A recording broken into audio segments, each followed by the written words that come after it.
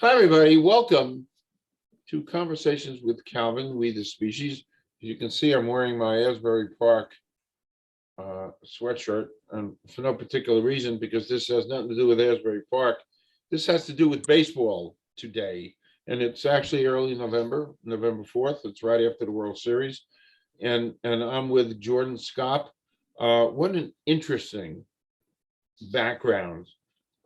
He's a realtor, as a philanthropist, and the main essence of this interview, as I developed this monologue, and he's a lifetime baseball fan from Brooklyn, and I was a Brooklyn Dodgers baseball fan beyond it was my life and soul. Up until I hopped on a plane and moved to Los Angeles, I was done. But anyway, and what got Jordan and I together is Jordan's project. He's actually leading the fight to enact legislation to kind of, and he'll explain all this, to do away with the baseball rule, which he will explain. The baseball rule has been around a long, long time, and it protects baseball owners from people who go to a baseball game and get hurt by a foul ball. So it's pretty intense.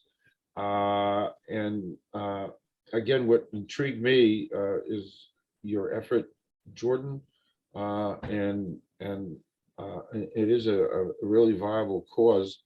Only because a couple of years ago, I think I mentioned this to you when we first chatted. I was at, I had really great seats. I went with a friend, and we were 4, 5, 6 rows behind home plate, maybe more, not much more. But anyway, somebody had a foul ball, and it went up and over the netting behind home plate, and it was coming down right towards me, and it was high up there. It was a real high foul, and I was petrified, and I kind of ran out of the way because I didn't even want to. I didn't have a glove or anything. I didn't want to mess around with it. And I, back then, long before I knew you, I said, this is dangerous stuff. I mean, this is dangerous. It's dangerous stuff. So this is the essence of this really interesting interview, to talk about your work and what kind of drove you and motivated you. So without further ado, I want to introduce Jordan Skopp, and I guess the best way is to do a little bit of a bio, and then we can kind of jump in to your work. Take it away, Jordan. Thank you, Calvin. Great to be here.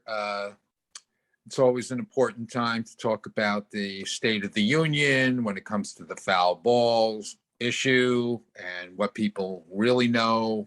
And we're here to try to inform fans about what I've learned over the last few years. And I think it's eye-opening to all that will be listening to us today on statistics, and also baseball having kind of prior knowledge of these foreseeable, predictable injuries, and what have they done to convey this responsibly to the families in advance.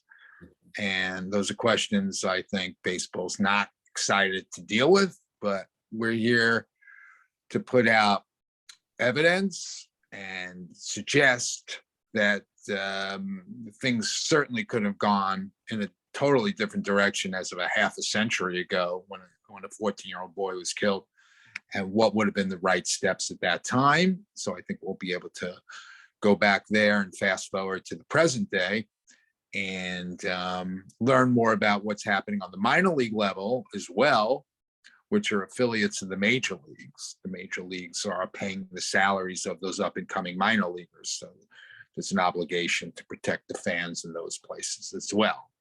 Where does that responsibility lie? It should lie on the people with all the money, which is MLB.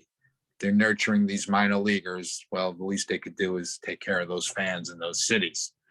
So I think we'll be able to get into that. Yeah, I mean, I'm happy to start from the beginning, or you want to ask me a specific question? Yeah, Happy to go there. right off the bat, please explain and give a little bit of a history of the baseball rule. I mean, I never knew anything about it. Yeah, What is and how did it get enacted? yeah, Obviously, to protect the owners. yeah, yeah, yep. Since 1913, Wow. that print that we see on the back of the tickets, and now you really don't see it unless you really search for it on the e-ticket or on your phone. You'll see some micro print, some print that basically says that the establishment baseball is not responsible whether you get injured or killed at the game. So there's been many scenarios where people have been seriously hurt and have tried to go down that road. And usually they will not even get out of their lawyer's office because the lawyer will say, you don't really have anything to stand on. You were taking the risk. You should have known. That's baseball's position, and they usually win. Then sometimes they'll get into the early rounds of the court, and the judge will say the same exact thing. I'm sorry, this case cannot proceed. Slam dunk. Baseball has in their favor. You guys, sorry, can't go any further. Then sometimes in a particular state, plaintiff is making some progress. The judge will then ask for discovery, which is asking MLB to share everything they have at headquarters about prior knowledge, about other things that might have suggested they may be partially responsible. That's when baseball gets nervous and they will make settlements with folks. Because if that data or those documents, if there are any, imply that baseball had some knowledge or some evidence that it was very dangerous, they may be exposed. And that wholesome image of baseball that we seem to all have will be exposed. People will look back. Once they do discover what we are suggesting in this conversation, and certainly if a court ever discovered what MLB knew, and I believe they know a lot more than I, but we can go there as well. So usually people don't have a leg to stand on, unfortunately. There have been a few particular cases that have gone all the way. One particular case, Dale Yates in the 1980s, I believe he sued the Chicago Cubs. He was a young boy, 11, 12-year-old boy. He got hit in the face and he had a lot of injuries and damages. Yep. And he ended up getting $63,000 from the jury. And they did not appeal the Cubs. But I think, and Dell also, I think, suggested that there could have been faulty netting. And maybe that was the reason why, in that particular case, the Cubs said, you know what, let's just give him the $63,000 and send him on his way because of the faulty netting. But if there was no faulty netting, just a straight hit, most cases haven't gone all the way. And in those cases that there have been settlements, it's usually because baseball knew that the judge was giving the plaintiff the benefit of the doubt, and discovery was upon the court, and baseball does not want to disclose what they know, and we want the public to demand what baseball knows. What do you know that we don't? Tell us. And I certainly believe we'll be able to connect the dots for the audience and share with them enough that will suggest they know a whole lot. So there we go. Wow. Yeah. Listening to you reminds me of a movie. Okay. Sort of. Aaron Brockovich. When Yeah. She takes on the Pacific Electric and Gas, they knew that hexavalent chromium was killing people, and they kind of buried it away, and there was nothing that really could have been done until they uncovered the prior knowledge. They knew it was bad. And once they brought that to the court, it may be similar. I'm not a legal mind, but the principle is similar. They knew, and they covered it up. And eventually, when it was taken to court, and it all came out. I mean, they had to pay out hundreds of millions of dollars. And I don't know if it's similar, but anyway, NBC issued something called a foul ball report. Yep. And in that, they talked about how many people have gone to first aid and the injuries. Can you kind of shed light on that report? Yeah. So from 2012 to 2019, 4 teams had independent contractors like first aid contractors that would work for the teams, and they shared data with NBC. The number came out to about 700 on those 4 teams, which was about 175 per team. And if the other 26 teams had participated in the same response, maybe the numbers would have been 5,000, because you would take 30 times 175. The LA Times guy wrote 4,500. He also broke down the numbers. He said 4,500. I said 5,000. So if there was 4,500 or 5,000 people that had reported to first aid from 2012 to 2019, you could break it down. Baseball's a 26 and a half week season. Let's say 26 weeks. So you basically, over 8 years, that's 208 weeks. And then that's what, 4,500 to 5,000 injuries. We're talking about 20 or 25 people a week reporting to first aid. Wow. Every single week in the major leagues. Wow. Now, how many of them had busted heads and busted eyes and concussions? Maybe 1, maybe a half, maybe 1.5. Certainly, I'm not going to exaggerate the numbers. There's no reason to. But why are 20 or 25 people reporting to first aid every single week? That tells me something's wrong. And NBC implied most of those were baseball-related injuries. People can trip and fall.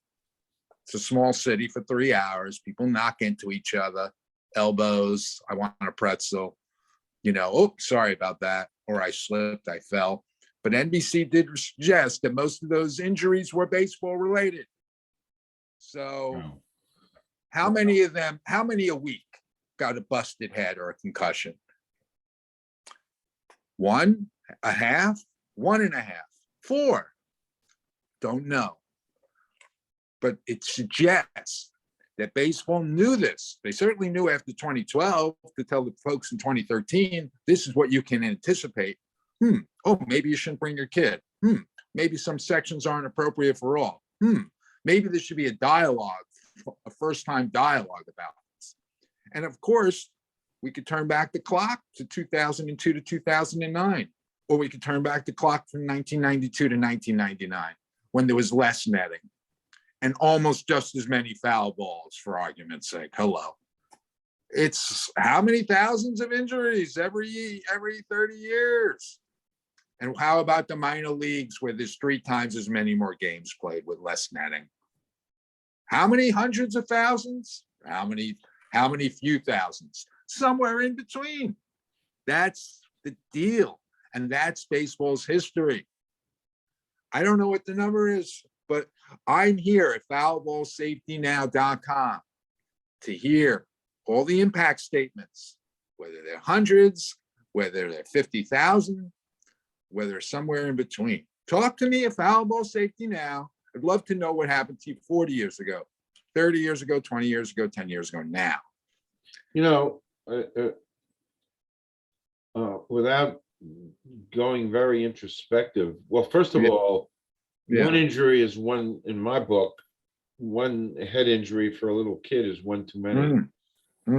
Period. And I don't know if there's any kind of a spectator sport that you take that kind of a risk. Hmm. I go to soccer, there's no risk. In Right. football, Right. there's absolutely no risk. Yeah. Basketball, I once sat in the front row and at an NBA game, Hmm. and I had Artis Gilmore, who's 7 foot, uh, Yeah. landed in my lap, and his head was about, Kentucky Colonels. yeah, There and you go. I remember that when I was a child. Yeah. yeah. So, but there's not a serious, chance of injury. Um, how has baseball uh, progressed with the netting? What? Let me before I ask you that. What is the resistance of putting up nets? Would it spoil the fan experience? What is their resistance for having put up nets? I know it's better now, obviously. Hmm. Uh, Well, I think it's been, you know, propagated by MLB that the fans are not interested in nets, certainly since 1970, when the 14-year-old boy, Alan Fish, died at Dodger Stadium. Certainly would have been a great opportunity in 1971, the following season, prior to the start of the season, to tell folks that this could happen any moment. This isn't every 50 years, even though it turned out there was another death 50 years later at Dodger Stadium. But it could be inches away from happening on a regular basis, unfortunately. And there's head injuries probably every single year.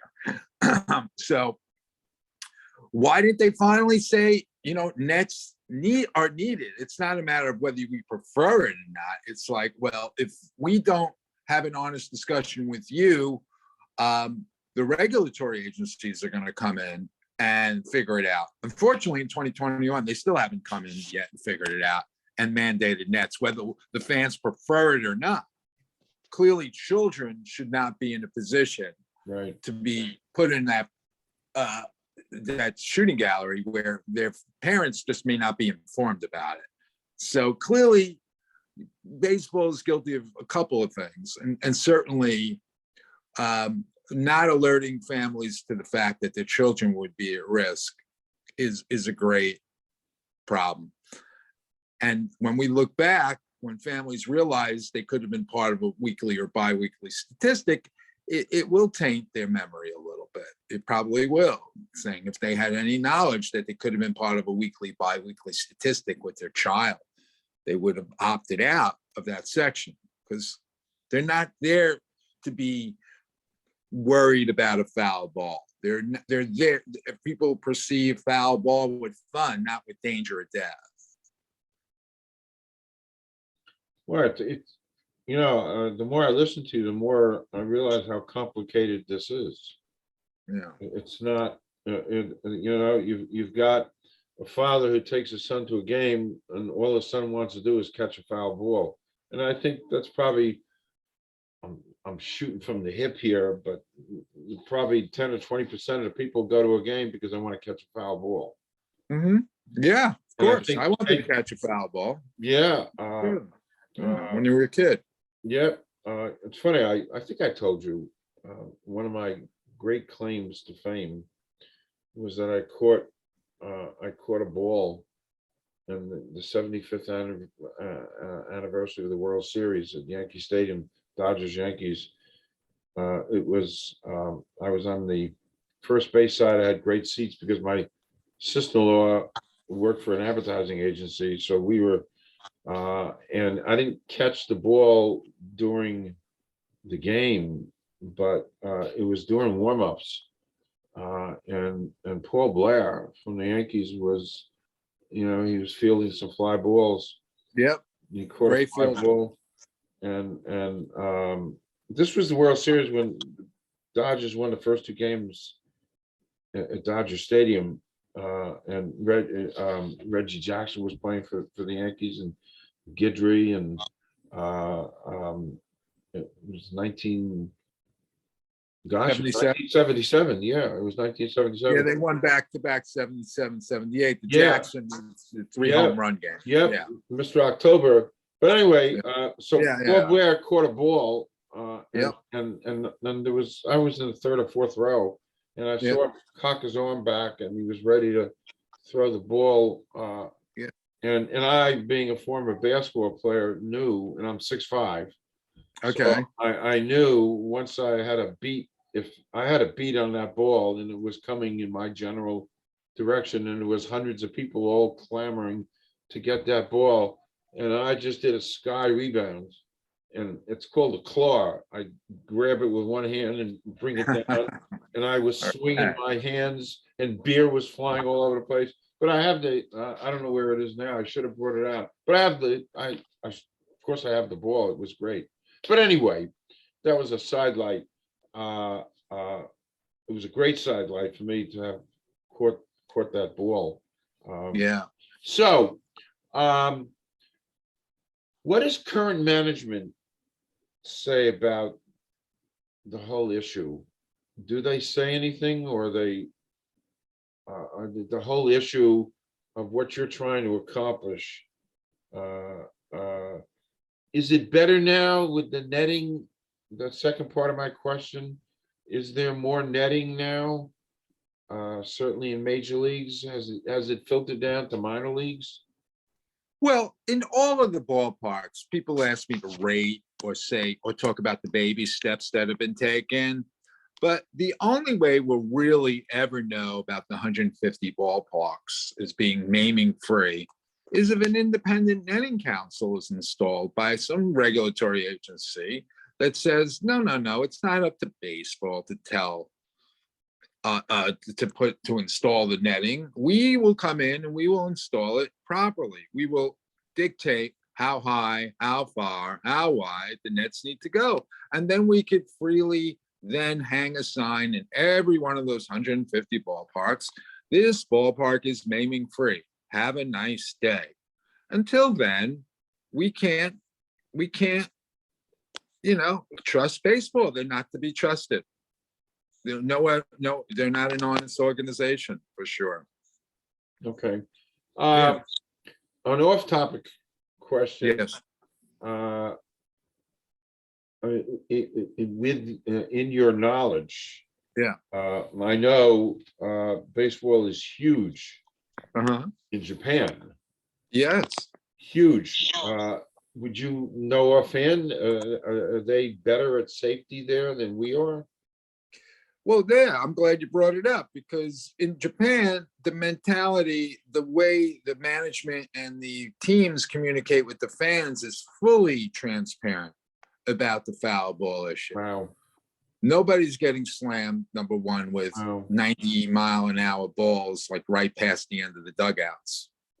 Um, balls do make their way into the seats, and there have been injuries, but they do have team attendants basically on every aisle that blow whistles. So if the ball is making its way over the net or about to make its way over the net, you're getting a whistle. They're having animation up on the scoreboard. Some may say distasteful, but it's showing a fan getting hauled off in an ambulance, Wow. almost to install awareness in the Wow. fans that are at the game. They even have places where fans, and I probably think it's only adults, where they allow you to sit in a section called the excitement seats with no nets, but they provide gloves and helmets. Wow. So that you want to go flirt with danger and death, knock yourselves out. Wow. But similar to running with the bulls in places like Spain and Mexico, you want to go flirt with danger and death, go knock yourselves out. But I doubt you're allowed to bring your kid. Okay. And that being said, if they want to do that in America, which they should have done in 1970, and said, hey, adults, you know what? Death can happen. It can happen on the next pitch. But if you want to be adults about it and flirt with danger or death, we're reminding you we have some advanced knowledge that these are the scenarios and how many balls are going into the seats and how fast. And that Alan Fish died. You may have a concussion or a neurological long-term issue because of a foul ball. Do you want to really go there? If you do, okay, but you can't bring your kid. But they never even bothered to let the families know that there were going to be X amount of kids anticipated hurt the following year, kind of thing. And I believe that's bad. And unfortunately, that's not mud on your face. That's crusted mud on your face. And that's basically what this conversation will hopefully bring people to conclude. Okay. That's where it's at. Yeah. In my readings, Yeah. I took a phrase called "field of screams." Okay. Can Yes. you talk about that? Yeah. So the Yankees and the White Sox had this whole Kevin Costner Field of Dreams game in Right. August Yes. on Thursday night, Fox TV. Yeah. Wow. Let's go romantic. Let's go have some romance with the Field of Dreams. But it was an opportunity to pull off a stunt. So I rented out an airplane and it towed a banner that said Field of Screams. You did. Nets, foul ball safety now. Yeah, it cost me a You few did thousand that? dollars. Wow. I did.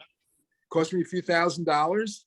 Wow. But I felt like the folks on the ground could say, oh, Field of Dreams. Oh, Field of Screams.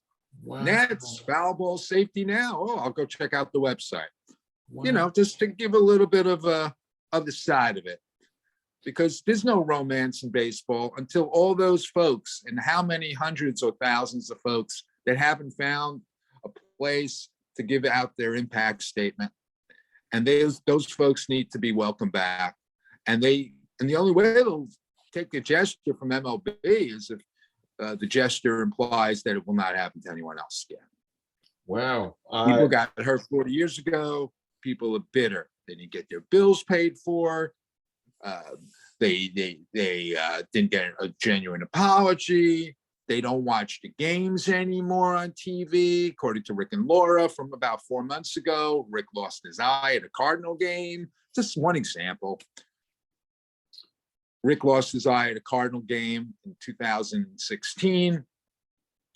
And he doesn't watch the game anymore. And then there's a lady, Jenny, who I interviewed, who was 14 years old in 1979, who lost her eye as a teenager. So happened, a player who was in the Tom Seaver trade, Steve Henderson, was the guy who hit the ball. And she was in the hospital. And who comes to visit her? Not Steve Henderson, but Joel Youngblood. And she was 14, and she was mature enough to say, "Where's Steve Henderson?"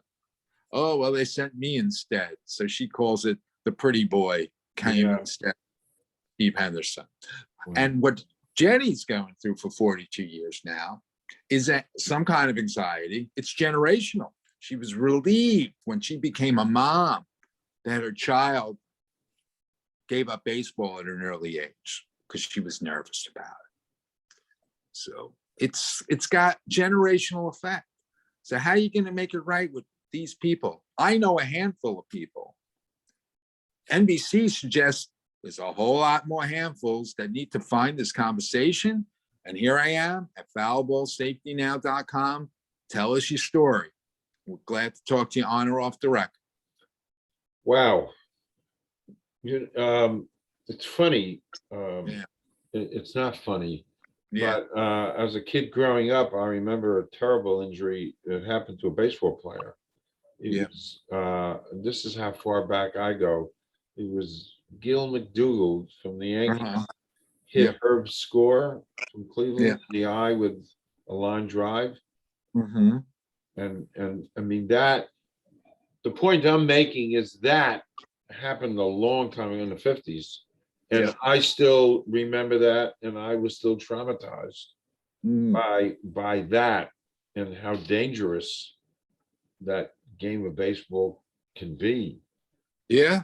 And not only for the player, but and of course your effort is for the fan, and it's dangerous. Yeah. So I completely off topic. Yeah. Before we go back a little bit,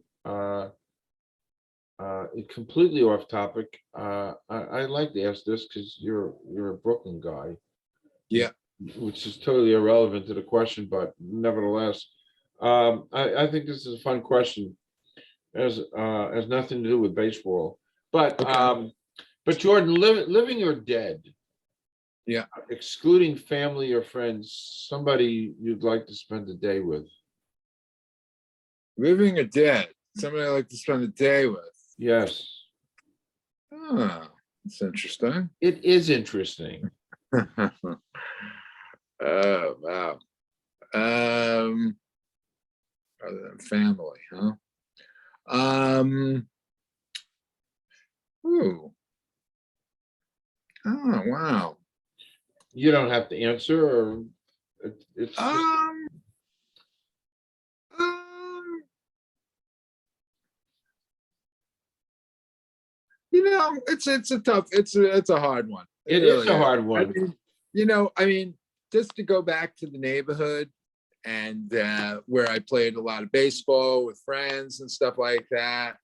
Uh, Somebody who I may have gotten along with really well in Little League. Maybe we were only friends on the Little League field, but we weren't. I don't really know where their lives have gone. Um, I guess I was an above average baseball player, so I played on the all-star team a lot and on the summer tournament thing. And we'd get eliminated a lot. We weren't one of the stronger leagues, but it was fun. We'd go to Jan's afterwards to celebrate. I think they were once on 86th Street. But when I was a kid, they moved over to Nostrand Avenue and they would have the big bowls of ice cream, and some people would get a hamburger or whatever. But great times, just great times. Growing up in my world of recreation, it was always a ball, it was always a bat, it was always a glove. Whether it was a sponge ball, it was a hard ball, it was a rubber ball, it was a kick, maybe not too much kickball, but punch ball for sure, wiffle ball.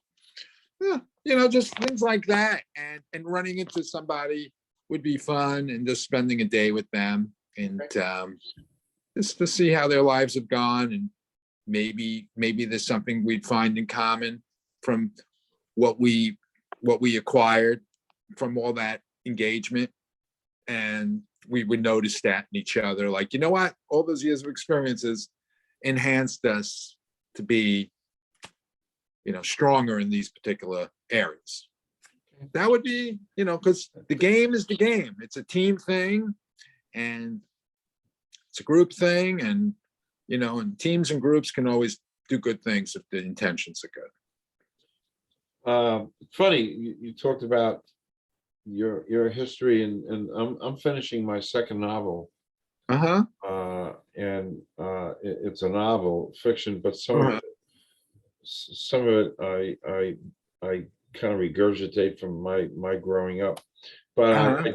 I was proofreading it the other night, and there was a passage when I went to day camp, and we Uh-huh. play softball, and I was kind of a shy, uh, unobtrusive kind of guy, and I hit the most home runs Uh-huh. that summer, and the best they could do was give me second best baseball player, and I had to live with that for a long time because I wasn't popular. Mm-hmm. And the character, not necessarily me, but the character, how to live with that and carry that. The fact that he really was the best baseball player, but because he wasn't popular, he didn't get that trophy. Yeah, it happened to me too in real life. Anyway, Right. moving along, um, you're writing a book. Uh, Yeah, it's let's pretty powerful. It's pretty powerful. When I got into this and started self-publishing articles, I didn't realize it was going to become a book, but I kind of bit off more than I could chew here. And I was like, better bring on a writer and let's go. And we started conducting interviews with some of the people that I had mentioned, Jenny, Rick, and Laura, and other young people, courageous people who've had experiences with injury from foul balls. One girl was 4, one girl was 10 at the time, and they interviewed one girl got hurt maybe when she was 10, and now she's 17, and another girl, she got hurt when she was 4, and now she's 14. And they both talked to us recently, not too long ago. And I'm realizing that there's so much more, that once I do more outreach and people find out about foul ball safety now, they'll want to tell me their story. Even some minor leaguers have told me their story. Wow. 4 of them, to be precise, who have to bear the burden knowing they can be the next one to do the maiming. That's not a great place to become a professional. The first day on the job, they're already compromised. They're already like, they're in A-ball, let's say, and they're able to tell their parents to sit behind the nets, but they can't really get on the public address and tell everybody else. And it's like, that can't be a great feeling, knowing that somebody in their league or somebody on their team or them could be the next one, because it's foreseeable and predictable, unfortunately. Okay. And more could be done about that. So there's so much that are coming at me. There could probably be 10 books written on this, but I do want to put this out soon. And I'm just trying to get some collaboration with editors and other people that are helping me shape the book to make sure we get it right. So hopefully very soon. So yes, at foulballsafetynow.com, folks, you can go sign petitions and you can find out more about my book, and we'll know who you are. And 2 petitions in particular. One is to repeal the baseball rule, get enough signatures. I can go to Congress and all the Congress people, the senators that can make some change happen, and also for more nets. And they both kind of go hand in hand. So yeah, the book is coming along, and Great. maybe a good segue into what's happening politically on this I can get into as well, if you'd like. I could tell you recent conversations from the last few years with Senator Durbin and Manford. Sure. So in 2019, Durbin came hard on Manford in 2019, and he said something to him like, you need to provide more transparency. You need to tell the fans where it's safe or not safe to sit. People need to know how many injuries there are, things like that. There was a big article in the New York Times. But then again, in 2021, Senator Durbin had more communication with Manford over the summer. And I was like, there's nowhere in that communication that implied that the 2019 information that Senator Durbin requested of Manford was ever forthcoming. So I believe that they're both up to kick the can down the road, and nothing is getting done. That's where that's at. So in addition to that Dick Durbin from Illinois. Yeah, I was going to say, in addition to signatures, what it's going to really take to move the needle on this is an act of Congress. I don't have millions of dollars. I have a few $1,000s to rent out some airplanes.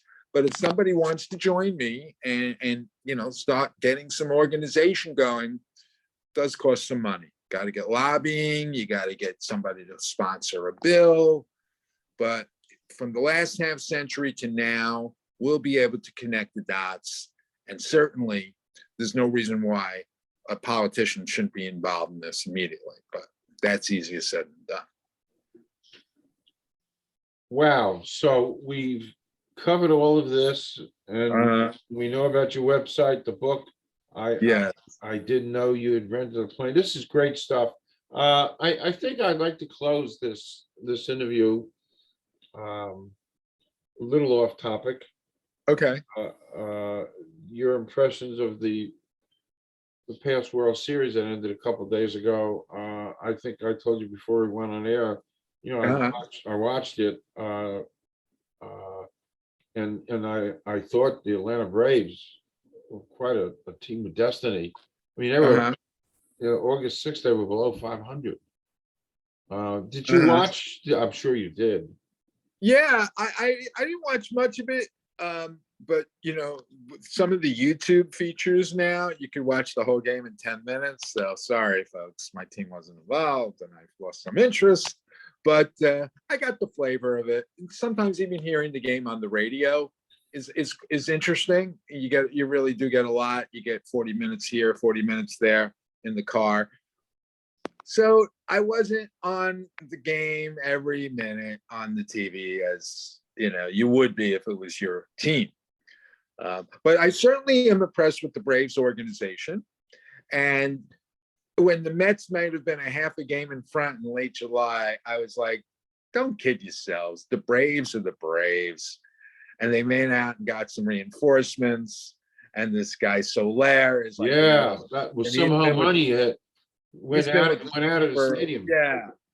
So I was kind of pulling for the Braves because as an organization, I want the Mets to try to meet the standards of the Braves. And even though the Braves only won one title since '95, listen, man, if I'm with a Brave fan, I can't say nothing. He's got me, for the last 25 years. I'm speechless. From Chipper Jones to Freddie Freeman, it's always a generational guy that pounds on the Mets.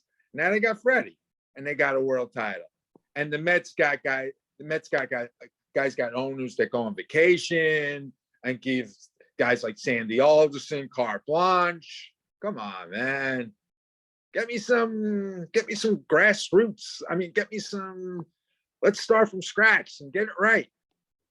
So I'm a little frustrated as a Met fan. I kind of knew in July the writing was on the wall. The Mets did not have the depth to kind of carry it through.